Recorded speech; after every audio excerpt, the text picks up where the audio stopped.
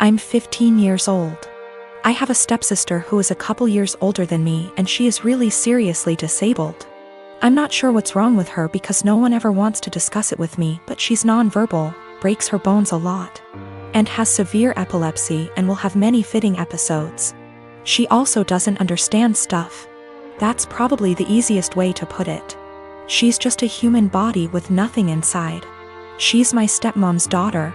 My stepmom married my dad 3 years ago and they dated only for a year before that. I don't know my stepmom very well and I don't really get on with her. We are respectful to each other, but I'm basically living with strangers because she's so busy with her daughter and my dad. I am always on my own and I used to hate it, but I'm used to it now. Ever since they moved in to live with us, life changed drastically for me because all the care now revolves around my stepsister. That's fine, I get it.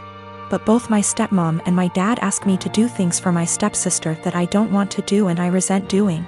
Stuff like staying home when I want to go to the mall with my friends. They're disappointed that I don't get her anything for her birthday with my very limited funds, etc.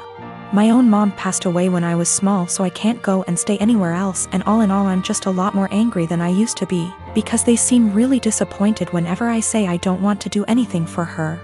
Even stuff like feeding her, like I don't want to sit there feeding her banana pudding and wiping her drool. I didn't ask for this. Anyway, she recently fell a few days ago and had a seizure for 8 minutes. She was taken to hospital and the doctors want to keep her in and look after her. I don't want to go and visit her. I remember seeing my mom in hospital before she died and I just hate hospitals and I sort of hate my stepsister, and I just don't want to go and visit someone who doesn't even know I'm there. My stepmom is really upset with me and so is my dad. They haven't yelled at me or anything, but they are both being super cold towards me because I don't want to visit. My grandma who lives in Canada called me about the blue and told me it was okay. And I don't need to force myself to go to the hospital, so I'm assuming my dad has told her I'm refusing to go. He keeps pleading with me, but I keep telling him I'm not doing it. I told him hospitals remind me of mom and he got even more upset and said my stepsister might die and I need to stop being so selfish towards my stepmom. Almost all the marriages in my family have been arranged marriages. My mom's marriage to my bio dad was an arranged marriage, but it ended up in a messy divorce and him completely abandoning us before I was even born. My mom had a love marriage the second time, despite the disapproval of her family, and has been much happier with my stepdad than she probably would have ever been with my bio dad. Because of this, my mom has always been very adamant that she would not try to force us, my siblings and I, into arranged marriages despite what the rest of our family thought. I've been with my fiancé for 3 years now. We got engaged 2 months ago. He's met my parents and siblings, but as far as the majority of my extended family were concerned, I was single until 2 months ago. Early last year, my fiancé dropped me off home after work one day and my uncle was there. My uncle is the oldest sibling my mom has, so he's seen as the head of the family. He thinks he has a say in what the rest of us do. It was obvious my uncle was pissed, and he ended up grilling my fiancé, and I assume he met his standards. A lot of arranged marriages are about what both families can gain from one another, so he told my mom to get us married quickly. He wanted to make it look like we had an arranged marriage before the rest of our family found out. My mom ignored him and told us to keep dating if it's what we wanted. Over the past year, he's mentioned me getting married to my mom every single time he's spoken to her.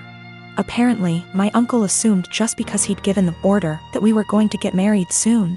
He told my cousin, his daughter, that I had agreed to an arranged marriage, and because I had and she was older, she should agree to the match he'd found her. My cousin never mentioned this to me, but she did agree to marry the man my uncle found for her. They got married late last year. They haven't had a good marriage and my cousin is very unhappy. Her husband is incredibly controlling and hardly ever lets her go anywhere without him or a member of his family. Last week, she was over at my house when my fiancé came over to drop some of the clothes I'd left at his place over. When I told my family about my engagement, they all assumed it was an arranged marriage and I didn't bother clarifying because it really isn't anyone's business. You don't tend to do sleepovers if you're having an arranged marriage, so my cousin knew immediately it wasn't what she assumed. She started asking me questions about my relationship and I answered honestly. She got really angry at me and kept demanding to know why I didn't tell her about him. The thing is, I'm very close to this cousin, but I also know how our family is about dating, and I didn't want my male cousins trying to strong-arm my fiancé. They've jokingly threatened this before.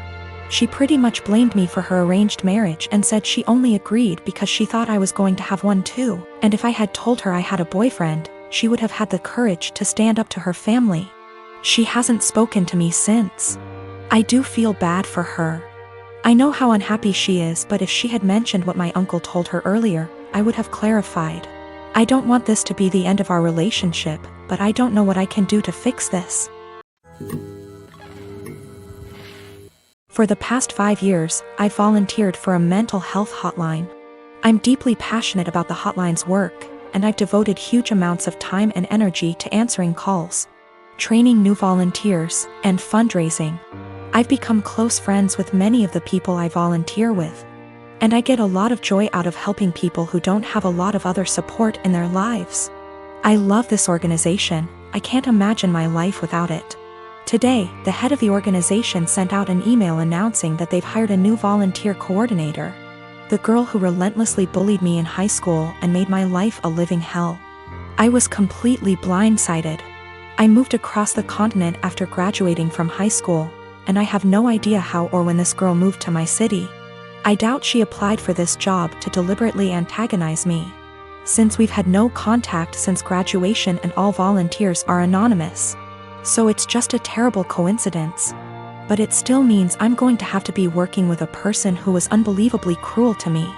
I really don't know what to do. Obviously, all of this was a long time ago, and it's possible she's cleaned up her act since high school. But I still hate the idea of even being in the same room as this girl. I've had her blocked on every platform for, wow, over a decade now. It looks like my only options are to A, tough it out and deal with this person coming back into my life, or B, quit the hotline after 5 years of service. I went for my regularly scheduled afternoon shift at the hotline, and the girl just happened to be there for some kind of orientation. I wasn't expecting her to be there, so I initially just kept my head down and ignored her. A little while into the shift, she came over to introduce herself, and genuinely didn't seem to recognize me. I've cut my hair and gotten glasses since high school, so that could have been it. It was a very brief interaction, and I didn't say anything to her in return, just nodded and smiled. After she left, I asked my shift supervisor if I could speak with her privately. I followed some of the advice here, just letting her know that I have a history with this person and I'm not comfortable working with her directly. The shift supervisor was very understanding and said that she could arrange for me to only serve shifts when the girl isn't supervising. She also offered to let me schedule my shifts through her instead of through the girl, which I appreciated. Unfortunately, it seems like there will be an unavoidable level of casual interaction, given that the girl is working in the facility on a full-time, 9-to-5 basis. I think I'll be able to stick it out for now, but we'll see. The shift supervisor did ask me what I wanted to tell the girl. Vis-a-vis an excuse for my not wanting to be on shift with her, but I couldn't think of anything to say. So I left it up to her. I'm a professional ballet dancer for a living, but I also do some modeling in my spare time. Last weekend, I was doing a latex shoot. Before anybody says anything, it wasn't anything fetish-wise. It was just a shoot that called for wearing more uncommon types of fabrics. My outfit was a black full-body catsuit, so think of a skin-tight garment that covers from neck to toe, including gloves. If you've ever put on a wetsuit, then you can probably imagine how much of a pain it is. It's a pretty in-depth process that involves lots of baby powder, a lot of sweat, and some less than ladylike stances. Dressing usually takes anywhere from 20 to 25 minutes start to finish. I always dread it, but can't argue with the results. Anyway, my boyfriend was in my dressing room as I was getting changed. He doesn't always come along for shoots, but I needed him that day because my car is being repaired and we needed to go somewhere afterwards. His one kinda annoying thing is that he talks to me while I'm getting changed even though I very politely asked him to let me do it in peace. If I'm just putting on a dress or something less complicated, it's not a problem. But with latex, you have to concentrate, seriously.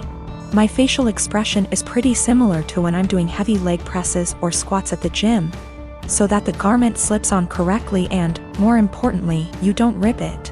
It's very easy to tear if you're not careful. And a full-body catsuit can cost upwards of $700 to $800 minimum. So as I'm struggling, may have been on the floor on my back with my feet up on a chair, pushing my butt up to get the garment over my hips, he won't stop talking. Come on, girl, you got this. Do you want help? I don't think you put on enough baby powder. Babe, you got this, get that big ass in there. And I politely asked him several times to just let me concentrate. He responds by saying, relax, I'm just trying to help, before patting me on the butt. I'd had enough. I demanded he stand outside because he was being super distracting and I couldn't afford to rip the garment. I didn't ask him to help because there's a technique to getting latex on and he doesn't have it. He got all pissy and was like, whatever, maybe you need a bigger size anyway, before leaving the shoot completely and taking the car. I had to get an Uber home after the shoot. On one hand, I was getting super frustrated, I was hot and sweaty, and combined with my kinda short temper, I was getting pissed off that I couldn't get the suit on. On the other hand, I asked him multiple times not to comment or distract me. And I never indicated that I was in the mood to be touched.